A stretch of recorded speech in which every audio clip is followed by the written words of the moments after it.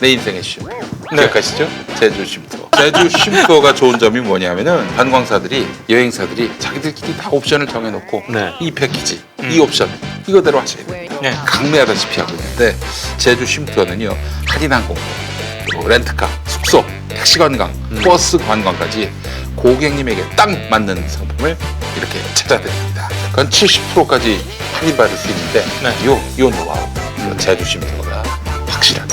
하여간 제주 여행의 A부터 Z까지 네. 제주 쉼투어한테 연락합니다. 바로 제주니까. 그렇죠. 놀랍습니다. 검색창에 한글로 제주 쉼투어 관훈 라이드가 자신 있게 추천합니다.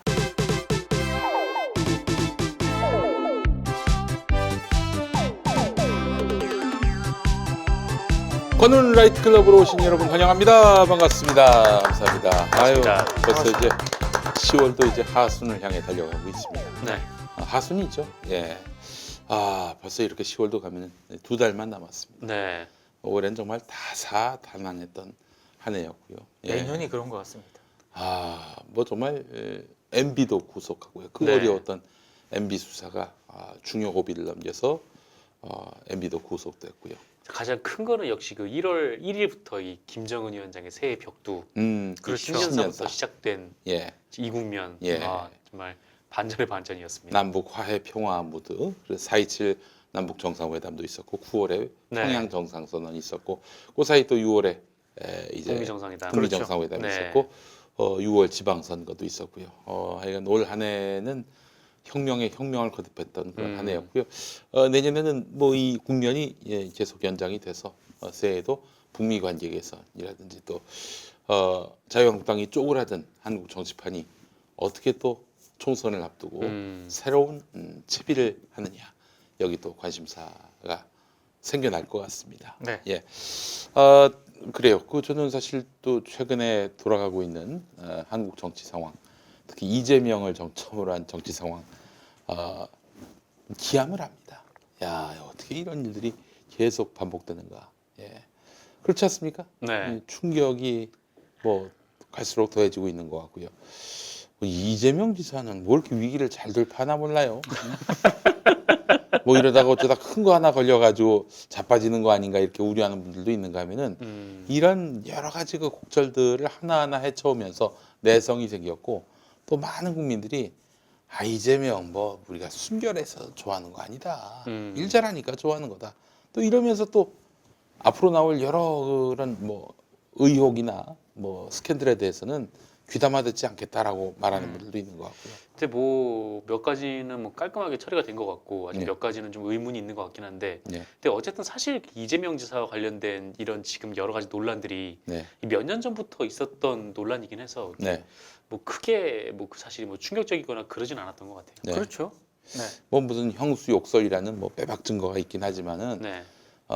전에 그 이재에서 그런 얘기합니다. 경상도에서 매우 가난한 계층들끼리는 또 광주 대단지에 옮겨와서 살았을 때는 그런 언어들이 일상의 언어였다. 그렇기 때문에 뭐 물론 뭐 정말 고지식하고 또 뭐 좀 부유하게 살았던 분들한테는 어머 천한 것들 이럴 수는 있어도 그렇게 정말 뭐 밑바닥부터 올라왔던 사람들의 가정에서는 이런 일이 다반사였다. 또 이런 얘기도 하더라고요. 그래서 또 이렇게 이해하려는 또 분들도 계시는 것 같고, 그것 때문에 저 사람은 뭐 경기도지사가 끝이다 이렇게 얘기하는 사람들도 있는 것 같고요. 네. 약간 이재명을 정점으로 지금 여권은 뭐 들썩들썩거리고 있고 이런 와중에 유시민 전 장관이 또 노무현 재단 이사장으로 네. 나왔는데 본인은 뭐 자기의 공직선거에 안 나가겠다. 또 공직에서 불러도 안 나간다. 이렇게 얘기를 했지만은 그 주변 측근들까지도 이건 유시민이 정치에 다시 복귀한 거다.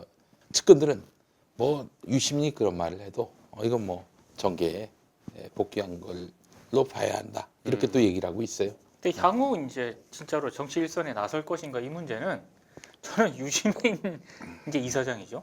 네. 재단 이사장의 손은 벗어난 영역 같아요. 그걸 국민들이 소환하면 어쩔 수가 없는 거고요. 그렇군요. 예. 바로 2012년 4월에 김용민은 원치 않았지만 어쩔 수 없이 출마할 수밖에 없었던 그 상황을 연상케 합니다. 진짜 딱 요 대목까지는 뭔가 정통 팟캐스트 같았어요. 그러니까 정통 방송 같았는데 여기서 무너지는 거예요. 여기 하시죠. 아, 왜 이렇게 앞에 이렇게 얘기를 많이 하더라고. 그렇습니다. 예, 밑자락을 이렇게 깔았습니다. 네, 아, 네. 이게 너무 없어 보이면 안 되니까 우리가 시작부터 광고하면 좀 민망하잖아요. 네, 요새 뭐 그래서- 광고만 하냐 댓글이 네. 많이 올라와가지고. 그래가지고 이게 조금 밑자락을 깔았습니다. 네. 뭐 좀 뭐가 있어 보이잖아요. 근데 하여튼 한마디만 더 할게 한마디. 다음 대선은 그래서 유시민 대 이재명, 이재명 대 유시민의 구도가 형성되는 거 아닌가. 이렇게 그렇게 보더라고요. 김갑수 문화평론가가. 김갑수 평론가가. 저도 이 흐름대로라면은 그럴 수 있겠다. 이거는 그렇지가 않아요. 이재명 지사가 잘나서 혹은 뭐 유시민 이사장이 훌륭해서 이 차원이 아니라 지금 막 이 전선이 형성돼 가고 있잖아요. 이 흐름대로 본다면은 유시민 대 이재명, 이재명 대 유시민의 그 구도로 갈 그런 흐름이 있다. 그러니까 이제 그렇게 가길 원치 않는다면은 이재명 지사를 너무 띄워주면 안 돼요. 반대파들이 네. 너무 띄워줘서 너무 후각이 된 면이 있습니다. 저도 제압을 하고 싶다면 한 방에 제압을 해야 되는데 지금까지 제기된 것들이 뭐 이렇다 할 게 없어요. 뭐 정성근 기자 말대로 수년 전부터 나왔던 것들이고 그렇기 때문에 결국에는 자기들이 뭉쳐서 막 압박을 가하고 쓰러뜨리려고 하면은 반대편도 뭉칩니다. 자연스럽게. 선거 때 자유한국당 지금 뭐 20% 미만이라고 하지만은 선거 때 또 뭉쳐요. 그렇죠. 뭉치게 돼 있어요. 그렇죠. 그렇기 때문에 자꾸 뭉치게 하면은 뭉치는 쪽에서는 또 외연을 넓히려고 애를 쓸 거 아니겠어요? 네. 근데 지금 제가 봤을 때 이재명 지사 반대하는 쪽에서는 회연을 점점 좁혀가고 있습니다. 이게 좀 이상한 집단이에요. 그렇잖아요. 조금만 뭐 이재명 지사 뭐 비판을 안 하면은 뭐 찐 묻었다 이러면서 막 갈라치기를 합니다, 그냥. 근데 뭐 그 사람들을 뭐 이렇게 세력이라고 부를 정도까지.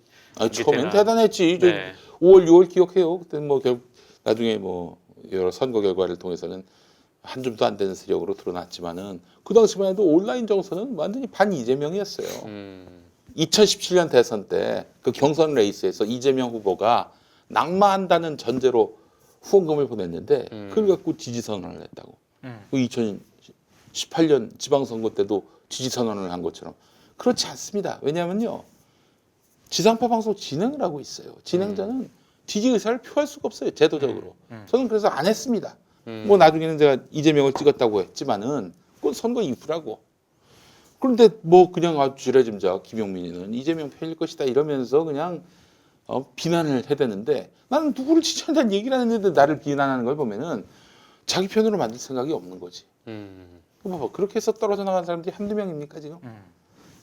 그 사람들은 점점 외연이 좁아지는 반면에 이재명 지사가 뭉쳐진 쪽은 뭐 그분들 보면 상당수가 포지티브 캠페인을 한단 말이지. 네. 이재명이 지금 개혁을 하려고 그러는데 인적 청산 이런 그 적폐 청산을 하려고 그러는데 왜 이렇게 일 못하게 발목 잡느냐 이러면서 호소를 한단 말이지. 그래서 지금 정말 그 이재명 지사 반대 투쟁하는 분들은 이재명 지사를 도와주고 있어요. 또 이재명 지사가 사실은 이 사람들 때문에 더 열심히 개혁하잖아요. 고마운 면이 있어. 그래서 내가 그러니까 이제 경기도민으로서. 저는 비판할 수는 있죠. 음. 이재명 지사. 음. 비판받을 부분도 있고. 근데 이제 제가 동의 못하는 부분은 기승전 이재명 비판. 이런 어떤 논리 구조라든가. 그게 바로 외연을 축소시키는 그런 우를 범하는 거라니까. 네. 이거는 그렇게 많은 사람들이 동의할 수 없는 그런 방식이라고 생각을 하고요. 아까 김용희 PD 얘기하는 거에 잠깐 덧붙이면 저는 유시민 대 이재명이 될지는 모르겠습니다만 다음 대선은 유시민 이사장은 분명히 그 상수가 될 것 같아요. 유시민은 딱 박아놓고 그 외에 이제 누가 될 것이냐 좀 그런 그림이 그려지지 않을까. 저는 뭐 유시민 이사장도 강점이 많은 사람이라고 보고 이재명 지사도 강점이 많은 사람이라고 보기 때문에 나중에 어떻게 될지 상당히 그 예측하기가 쉽지 않아요. 네. 하여간 그때도 저는 누구를 지지한다라는 말을 못 할 것입니다. 네. 자유한국당 당원으로서 황교안 전 황교안을 밀겠습니다, 여러분. 황교안 전도사 같은 전도사 아니겠습니까? 네, 그렇습니다. 알겠습니다. 자, 오늘 관훈 라이트 클럽 바로 첫 번째 광고. 이게 뭡니까? 이게 바퀴가 달려 있는 펌상치 않습니다. 네. 이게 바로 디지털 컨벡션 히터예요, 히터. 네, 히터. 이 디자인이 멋있지 않습니까? 자, 브랜드가 보랄, 네. 예, 보랄입니다. 발음 조심하세요. 보랄. 예. 제가 이거 광고 이거 용지를 보는 순간 예. 아 상표명을 보고 아. 이번 주 망했다 알았어요. 뭘 망해? 많이 상상하지 마. 팔렸네. 망했다고 생각을 했습니다. 이건 남성분들이 많이 살 거예요. 왜요? 제가 한마디만 하면은 네. 다 이거 구매할 겁니다. 뭐라고 할 건데? 아, 불알이 따뜻해집니다. 이거 키면 불알이 따뜻해져요. 네. 난 설마 네. 저 멘트 칠까 했는데 불알이 네, 망했다고 따뜻해질 거예요. 말씀드렸죠. 제가. 상표 듣는 순간 망했어요. 그렇습니다. 예, 이게 말이죠. 여러분 뭐 소음과 냄새가 전혀 없습니다. 히타면은 왜 예전에 그 석유 골로 생각하잖아요. 아, 그렇죠. 이게 달라요. 네. 이거는 소음과 냄새가 전혀 없습니다. 내장된 알루미늄 방열판이 열을 확산시켜 가지고 소음과 냄새가 날 이유가 없어요. 그리고 디자인 멋지죠? 한번 네. 세워보시죠. 아, 아이고. 이게 그렇죠. 예. 아이고 보십시오. 아, 불알이 보이죠? 마크 불알이 보입니다. 예, 그래요. 이게 그 정말 3단계 온열 조절 기능하고 1시간 단위로 저 좀 가렸어요. 24시간 온오프를 이렇게 예약할 수 있기 때문에 네. 난방비 절감에 효과적입니다. 이렇게 이게 리모컨. 리모컨도 있습니다. 네. 그렇죠. 자, 그럼 여기 한번 네. 저 사이드도 한번 보여주시죠. 이렇게 사이드. 여기 사이드가 여기가 아이고, 이 사이드 모양은 어떻습니까? 아주 멋있죠. 네. 예, 여기 이제 여기로 바람이 나오는 것이고요. 다시 눕힙시다. 또 설명을 하려면 예, 이렇습니다. 아유, 자. 너무 좋아요. 예, 정말. 보랄 루피입니다. 보랄을 눕혔어요. 보랄을. 예, 보랄. 예. 자, 그래서 이게 사실 습기 많은 화장실에서도 그냥 네. 두면은 물기가 또 내려앉으면은 이게 부식되거나 혹은 뭐 맞습니다. 저 방전되기도 하고 말이죠. 근데 그걸 가장 누전되기도 하고. 그렇죠. 우려하죠. 그런데 이게 달라요. 5도씨 이하로 떨어지면요. 네. 이게 자동으로 켜집니다. 아, 그러면 뭐 동파 방지가 자연스럽게 되는 거 얼리는 아니겠어요? 없고, 네. 뭐 신경 안 써도 알아서 기계가 지가 망가지지 않도록 자동으로 자력으로 이렇게 이 기능하게 되어 있습니다. 네. 방수 기능이 있을 뿐 아니라 튀김물 때문에 동파될 염려 네네. 전혀 없다. 아하. 예, 그렇습니다. 자, 겨울철 화장실에서도 안심하고 쓰실 수 있습니다. 이제 조금 추운 화장실 견딜 수 있게 됐습니다. 네. 이게 인류의 희소식입니다. 그렇죠. 예, 저 그렇습니다. 화장실은 여름에는 덥고 겨울에는 춥잖아요. 맞아요. 그렇죠. 물이 있어가지고. 예. 네. 열면 뭐 찬물로 하면 되는 거고 근데 네. 겨울에는 대책이 없습니다. 네. 그렇죠. 예, 이럴 때는 또 샤워물 끄는 순간 바로 이제 엄동설안이 오는 거예요. 자, 보시다시피 이동형 바퀴가 있는데 네. 이게 말이죠. 이거 떼어내면은 벽걸이로도 가능합니다. 아 그래요? 아. 그래요. 이게 오. 여러분 보랄 디지털 컨벡션 히터 네. 여러분들께 선사합니다. 이 크리스마스 선물로 최고예요. 하하. 보랄. 미니 네. 선물하시죠. 미니. 네, 보랄. 보랄. 정상근 씨 보랄 선물하겠습니다. 민동기 씨 보랄 네. 선물하겠습니다. 예. 이 현재 그 인터넷에서 판매하는 가격하고 김용민닷컴에서 판매하는 가격. 예. 네. 한번 비교를 한번 해보십시오. 깜짝 놀라실 거예요. 음. 예. 인터넷 판매 가격으로 단위가 어떤지. 네. 그리고 김용민닷컴의 단위. 아, 단위가 달라요. 단위가 바뀔 정도. 단위가 달리고 아. 인터넷 최저가 맨 앞자리하고 네. 김용민닷컴의 최저가 김용민닷컴의 앞자리하고 또 달라요. 앞자리가 다릅니까? 김용민이 더 싸다는 얘기지. 아. 예. 김용민닷컴. 숫자 자체가 다릅니까? 역시 이 쇼핑몰이 보랄 네. 전문이라. 불알 자지. 뭐라고요? 불알 전문 자지 전문. 그게 무슨 말? 아니 그 야왕은 네. 자지에 좋은 겁니다. 야 자지에 좋아요. 그거 모르셨나? 네. 그렇습니다. 누차 설명을 해도 그 기억을 못하나? 아, 태어나고 싶다. 예. 자 여러분 보랄 디지털 컨벡션 히터 많은 사랑 바라겠고요. 겨울 보랄이 따뜻해야 만사가 이거 따뜻합니다. 아무래도 예, 예. 본부장님이 일부러 이 제품 가지고 온 것 같아. 네. 예, 보랄. 예, 여러분. 다음 많이- 뭐 보랄 헤어 드라이기 뭐 이런 거. 이런 거 가져오시는 거 아니죠? 여러분 이거 저기요 잘 봐야 됩니다. 이게 네. 보랄이고요.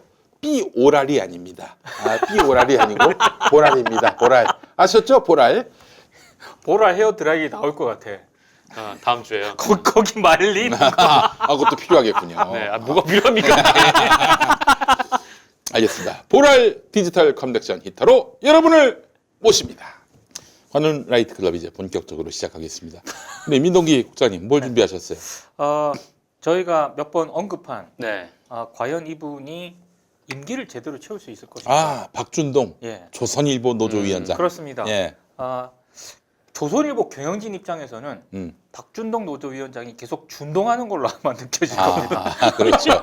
이름 자체가 이름 자체가 박준동. 예. 경영진 입장에서 봤을 때. 예. 근데 역시나 지금 노조위원장이 예. 불신임 위기를 맡고 있는데요. 그 내부 구성원으로부터. 그 직접적인 계기가 된 거는 그 조선일보 그 탈북민 기자 출신 있지 않습니까? 그 통일부에서 취재 가지 말라고 했던. 찍어가지고 네. 일단 좀 여러 가지 상황을 고려해서 풀 기자에서 좀 배제하는 게 좋겠다라고 이제 협조 요청을 했는데 조선일보가 일단 강행을 했고 그래서 이제 당일날 풀 기자단에서 일단 배제를 한 거 아니겠습니까? 네. 그러니까 저는 그거는 뭐 비판할 수 있다고 봐요. 논란의 여지가 충분히 있고요. 저는 그 조선일보라든가 아니면 통일부 기자단, 심지어 뭐 신문협회, 뭐 이런 여러 가지 협회에서 나온 성명서를 제가 쭉 봤는데 저는 개인적으로 거기엔 동의는 안 합니다. 예. 하지만 비판할 수 있다고 봐요. 근데 이제 제가 봤을 때 정말 좀 황당한 그런 사건이 벌어졌는데 조선일보 노보에서 박준동 노조위원장이 통일부 조치를 비판을 하면서 이제 우리 기자들은 그럼 잘못이 없냐? 조선일보도 좀 잘못이 있다. 네. 어떤 식으로? 그러니까 어떤 식으로 잘못이 있냐면 책임 있는 언론이라면 남북회담 취재에 탈북민 출신 기자를 보내는 게 협상 상대에게 어떤 영향을 미칠지 고려하는 게 바람직하다. 이거 예리하네요. 진짜 우리 저 기자협회나 이런 데서 네. 본받아야 됩니다. 그 한 조선일보 노조위원장의 이런 견해. 왜냐하면은 생각해봐요.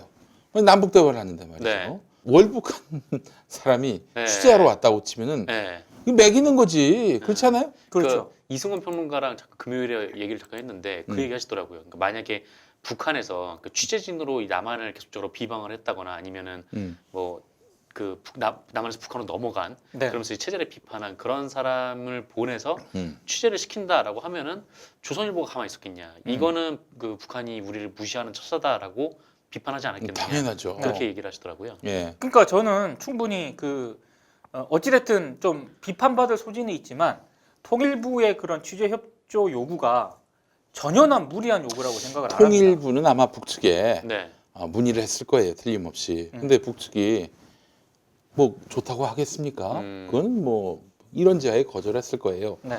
그렇다면은 이게 남북회담 취재가 중요합니까? 남북회담이 중요합니까?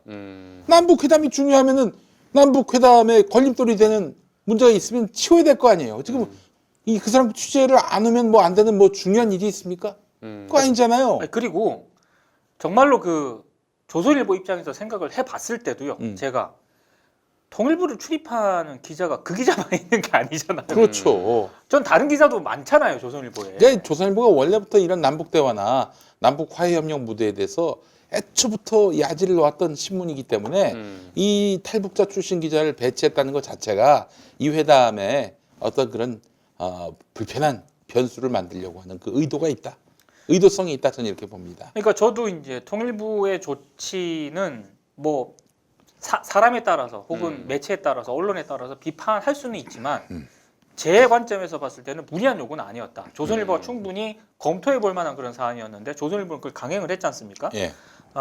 그래서 이제 박준동 조선일보 노조위원장도 노보에서 통일부 조치를 비판하면서도 아까 얘기한 아니 책임 있는 언론이라면 그런 협상 상대가 이 기자를 보내는 게 어떻게 받아들일지 이것도 생각을 해봐야 된다라고 노보를 통해서 한마디로 이제 비판했어요. 조선일보 조치를 비판을 한 거지. 이거에 대해서 불편하게 여겨서 박준동 노조위원장을 날려야 된다. 이게 조선일보에서 박준동 위원장 날려야 되겠다는 사람들의 주장인 거 아니에요? 뭐 날려야 되겠다라고까지는 아직 안 나갔지만 예. 일단 정치부 기자들이 그 조선일보를 비판하는 그런 내용의 글이 음. 노보에 실린 것은 다수 조합원들의 의견을 반영하지 않은 노조위원장 박준동 노조위원장의 어떤 독단적인 판단 아니냐라고 이제 비판을 했고요. 그 조선일보는 다수 국민의 입장을 반영합니까? 그러니까 지랄하고 있어. 아니 정부를 정부를 비판하기 위해서 조선일보가 있다고 얘기하겠죠. 네. 그런 조선일보 사측을 비판하기 위해 노동조합이 있는 겁니다. 서로 멀티플한 사고를 함으로써 혹시 놓치는 것은 없는지 이렇게 따지는 역할을 하는 거예요. 견제기관은. 그러니까 저는 이 노보에 실린 박준동 노조위원장의 이 글을 가지고 노보에 실린 글을 가지고 조선일보 정치부 기자하고 또 박준동 기자랑 그 한 자리에 모여서 이제 약간 그 공방 같은 걸 했나 봐요. 예. 저는 그 공방을 했는데 거기에 대해서 나는 박준동 노조위원장 견해에 더 공감을 했거든요. 박준동 노조위원장이 뭐라 그랬냐면 노보는 공론회장이다. 조합원들이 들어볼 만한 가치 있는 의견이라면 노조 집행부뿐만 아니라 누구라도 글을 기고하고 반론할 수 있다. 다수 생각, 그러니까 조선일보 어떤 조합원들 다수 생각과 다르다고 해서 그리고 사주 심기를 거스른다고 해서 노보의 글을 자유롭게 게재할 수 없다면 공론은 형성될 수 없다. 이게 제 얘기 아닙니까? 지금 방금 했던. 그렇죠. 묻어가기. 그 논리보다 내게 더. 근데 그 노부에서 이런 얘기도 있었어요. 그러니까 조선일보한테 그 당신들이 항상 그러지 않았냐. 그러니까 외교 문제에 있어서는 맞아요. 국익이 우선이라고 하지 않았냐. 네. 근데 왜 이번에는 뭐 그렇게 뭐 책임 있는 자세를 보이지 않느냐 뭐 그런 얘기도 있었어요. 그렇죠. 그렇지. 근데 이제 계속 이렇게 조선일보 정치부 기자들하고 조합원들이 박준동 노조위원장을 비판을 하니까 박준동 노조위원장이 그러면 날 탄핵하거나 불신임 투표를 해라 이렇게 요구를 했어요. 그래서 지금 조선일보 그 노조 대의원들이 22일 대의원 회의에서 아마 이게 업데이트 될 시점에는 이게 어떻게 될지 아마 결정이 돼 있을 것 같은데. 이 자막으로 이렇게 나와 있습니다 지금. 네. 결과가. 예. 근데 그 대회에서 이제 의견 수렴 방식을 논의를 하겠다라고 밝혔거든요. 예. 불신임 투표에 뭐 할지, 할지 안 탄핵을 할지. 할지, 네. 뭐 여러 가지 결정을 하겠죠. 근데 저는 좀 약간 좀 이 상황을 보면서 뜨아했던 것 중에 하나가 조선일보 노보에서 박준동 위원장이 이제 계속 노보를 발행을 하면서 여러 문제를 제기를 하지 않았습니까? 네. 뭐 사내 비정규직 문제도 거론을 했고요. 세습 문제까지. 세습 문제도 거론을 했고 음. 노동시간 단축 필요성도 얘기를 했고 음. 그리고 이재용 삼성전자 부회장 관련해서 조선일보가 사실상 면죄부를 주는 기사를 실었는데 그것도 비판을 했거든요. 왜 이렇게 쉴드 치냐. 그러니까 이런 어떤 그런 비판을 했을 때 조선일보 그 조합원들이 어떤 반응을 보였던가? 별 반응을 안 보였거든요. 네. 그렇다고 경영진에 대해서 정면으로 문제 제기를 한 것도 아니고. 근데 통일부 그 기자단의 어떤 그런 탈북민, 조선일보 탈북민 조처에 대해서 노보가 한마디로 이제 조선일보와 통일된 어떤 의견을 안 보인다고 해서 이런 식으로 노조위원장을 비판을 하는 거. 뭐 지면 사유화라든가 세습 문제 이런 거 비판할 때도 가만히 있었잖아요. 예. 조선일보 조합원들하고 기자들은. 근데 지금 탈북민 기자 이렇게 자기들과 의견이 다르다고 해서 이런 식으로 지금 책임론을 제기를 하는 게 이걸 어떻게 봐야 되는가? 또 그런 지점도 있는 것 같아요. 그러니까 그 탈북민 기자도 노조원인데 그렇죠. 이 노조원을 이른바 뭐 이제 디스하는 그런 글을 왜 이렇게 함부로 싣냐 뭐 이런 것도 있는 것 같아요. 네. 아니 근데 이제 그런 디스가 아니지 그거는 본질과 전혀 네, 상관이 제가 없는 봐도 거죠. 그거는 그러니까 그 탈북민 기자를 비판한 건 아닌 것 같은데. 통일부 조치도 비판을 하면서 그 우리는 좀 되돌아볼 문제도 있다. 우리도 그렇죠. 이런 식으로 노보에 쓴 거거든요. 근데 이조차도 조선일보 정치부 기자들이 받아들이지 못한다면 이게 뭐 이런 게 다 있어요. 저는 아니라고 생각을 하고요. 그리고 이참에 또 한마디만 더 붙이면 통일부 기자단하고 이 조처 통일부를 막 비판하지 않았습니까? 예. 취재 자유다, 언론 탄압이다 이렇게. 과연 그런가 저는. 그것도 한번 따져볼 문제라고 생각을 해요. 이게 과연 언론 탄압이고 취재 제한 조치냐?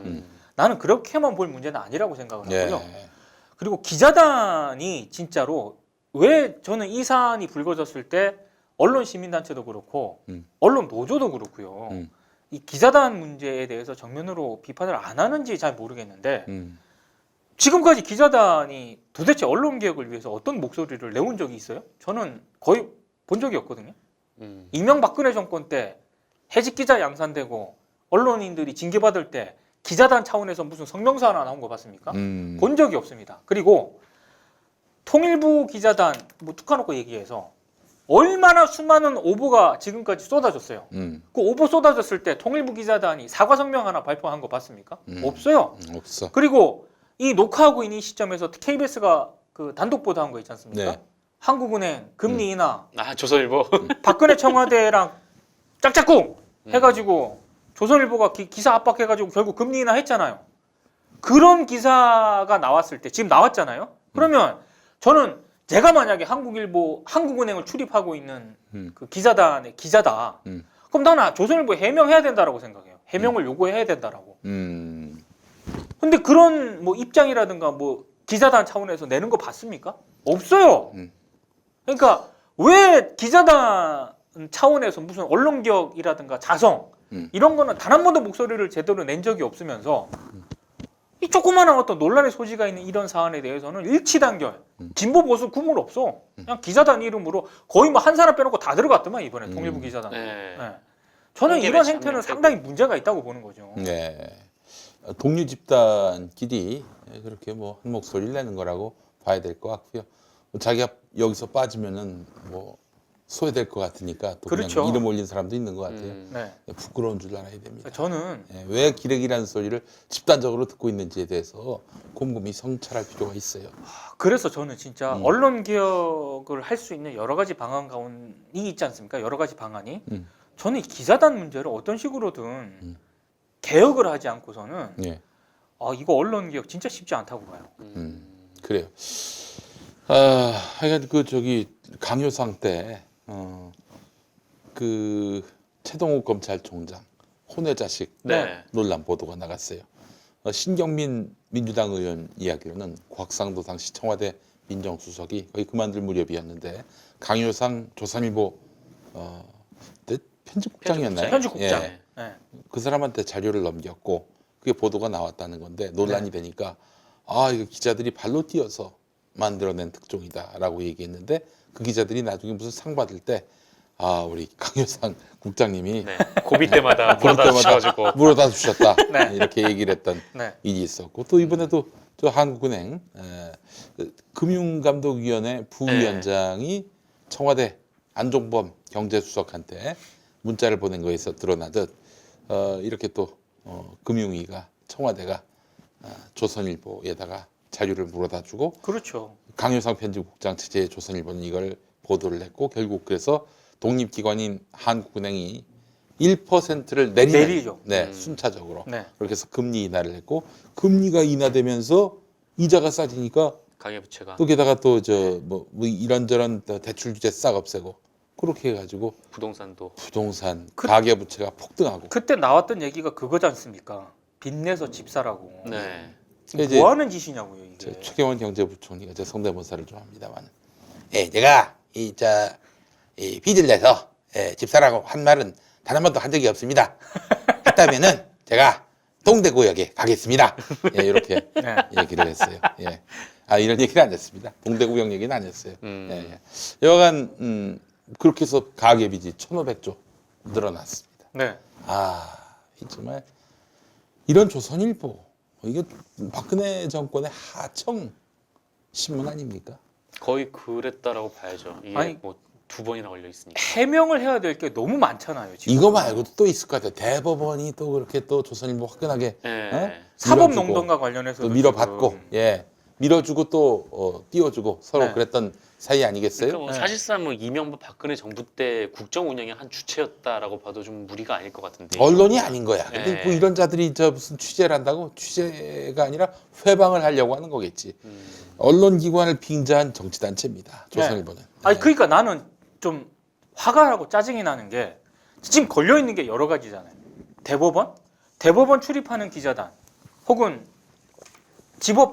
법조 출입 기자단, 이런 출입 기자단 차원에서 사법농단과 지금 관련돼서 조선일보와 연루된 그 의혹들 있잖아요. 그런 의혹 제대로 파헤치라고 무슨 성명 하나 나온 거 봤습니까? 없어요. 그런 거 없어. 한국은행 이거 이 정도 사안되면 조선일보 강효상 지금 자유한국당 의원이긴 하지만 네. 당시 그 경제부 기자는 물론이고 강효상 의원하고 조선일보도 자체 진상조사 내놔야 돼요 지금. 그렇지. 이 정도 되면. 예. 그리고 한국은행 출입기자단도 조선일보에 대해서 조치를 해야 된다고 봐. 해명을 요구를 하든가. 그렇지. 조용하잖아요. 예. 그냥 아예 그냥 뭐 기자단 자체라는 거 그냥 없애버리고 그냥 뭐 그런 거는 뭐 따로 이렇게 기자단이 모여서 설명되는 것도 좀 웃기니까 그냥 애초에 기자들이 거기 막 파고 들어가지고 그 사실을 있는 그대로 드러내게 네. 보도를 하는 게 제일 좋은 방법인 것 같아요. 제일 좋은 방법은 조선일보를 없애버리면 됩니다. 본보기로 하나 없애면은 뭐 그냥 뭐 수년 동안은 그래도 언론이 정화가 될 거예요. 그렇죠. 아까 동기 선배가 말씀하신 대로 이 조선일보가 계속해서 이제 국정 운영에 사실상 한 축으로 활동했다는 사실이 점점 드러나는데 거의 뭐 여기 그 조선일보가 그 박근혜 후반부터 이게 뭔가 TV조선에서 이제 최순실이 터뜨리면서 뭔가 이 정부와 이제 선을 딱 지려고 하고 또 만약에 이게 촛불로 이어지지 않았으면은 조선일보가 뭔가 또 다른 사람을 세워서 그대로 또 한 번 판기문이 세워가지고 밀어주려고 했잖아요. 들어갔지 않았겠습니까? 예. 그런 거 보면은 참 이게 조선일보를 뭐 사실 정권이 뭐 문 닫게 한다든지 마음만 먹으면 할 수 있지. 근데 그렇게 할 정권이 아니잖아요. 그럴 때는 어떡하냐? 조선일보의 영향력을 제로로 만들어주는 시민적 역량의 결합이 필요하다고 봅니다. 가장 첫 번째로는 안 보는 거. 두 번째로 뭔 얘기가 나오더라도 리트윗하지 않는 거. 그리고 무슨 기사가 나오던 간에 쌩 까버리면 됩니다. 조선일보가 아무리 기사를 열심히 써도 전혀 이게 사회적인 반향이 없을 때 지금 그렇게 돼가고 있지 않습니까? 그렇게 되고 있어요. 그렇게 되면 이제 조선일보는 약발이 다 했다. 그래서 자유한국당이나 이런 데서는 이용해 먹을 생각을 못 할 거예요. 그래서 결국엔 지금 보수교에 붙어버렸죠, 자유한국당이. 아니, 그래서 나는 그런 어떤 시민적인 압박도 중요한데 이런 심각한 기사가 터지지 않습니까? 계속 조선일보와 연관된 기사가. 근데 다른 언론들이 안 봤잖아요. 취재도 안 하고. 이게 나는 이 강력한 그 어떤 틀거리 가운데 하나가 난 기자단이라고 보거든요. 이 기자단을 어떤 식으로든 개혁하지 않으면은 계속 이런 의혹이 제기되더라도 나는 묻힐 것 같아. 돈도 많아. 그 기자단을 운영하는데 그럼요. 언론사마다 비용이 많이 들 텐데 네. 참 돈들이 많습니다. 그 영향력은 제로인데 지금 뭐 이렇다 할 영향력을 가진 언론이 있습니까? 없잖아요. 그런데 어떻게 무슨 돈을 들여서 그렇게 재벌로부터 삥 뜯는 게 좀 있구나. 재벌들한테 삥 뜯어가지고 운영하는 언론 그 존재해서 뭐합니까? 그렇죠. 요새 뭐 광고 그렇게 받아가지고 하니까. 근데 뭐 어쨌든 기자단이 뭐 어느 부처에 형성되든 뭐 그냥 회비는 얼마 안 비싸요. 회비는 안 회비는 비싼데 안 비싸가지고 이제 그들만의 그러는데. 어떤 그 진입장벽 카르텔이 있잖아요. 예. 그렇죠. 네, 근데 사실 그런 걸 통해서 네. 이제 관료들 어느 부처나 그렇죠. 뭐 어떤 기자들이나 자유롭게 접근을 해서 취재를 하고 해야 되는데 이게 기자단이라는 이름으로 어디가 가입을 어느 언론사가 가입을 할지 말지 이거를 승인권을 가지고 있다거나 네. 네, 이런 것도 굉장히 좀 건방진 일이죠 어떻게 보면. 예. 폐쇄적인 것이고 네. 그 다음에 국민의 알 권리랑 기자단의 어떤 그런 그 운영 이게 기득권. 무슨 의미가 있는지 잘 모르겠고요. 기자단이 징계를 확실하게 때리는 게 하나 있지 않습니까? 네. 엠바고 깼을 때 엠바고. 그 징계 확실하게 때리거든요. 네. 그런 거 징계 때리지 말고 이런 엄청난 의혹이나 오보 발생했을 때 그렇죠. 징계를 때려야죠. 그 운영 예. 규정을 만들어 가지고 권한 유착 예. 이런 네. 부분들 반드시 후속 조치가 있어야 하겠습니다. 예, 없을 것 같아요. 없을 것 같아요.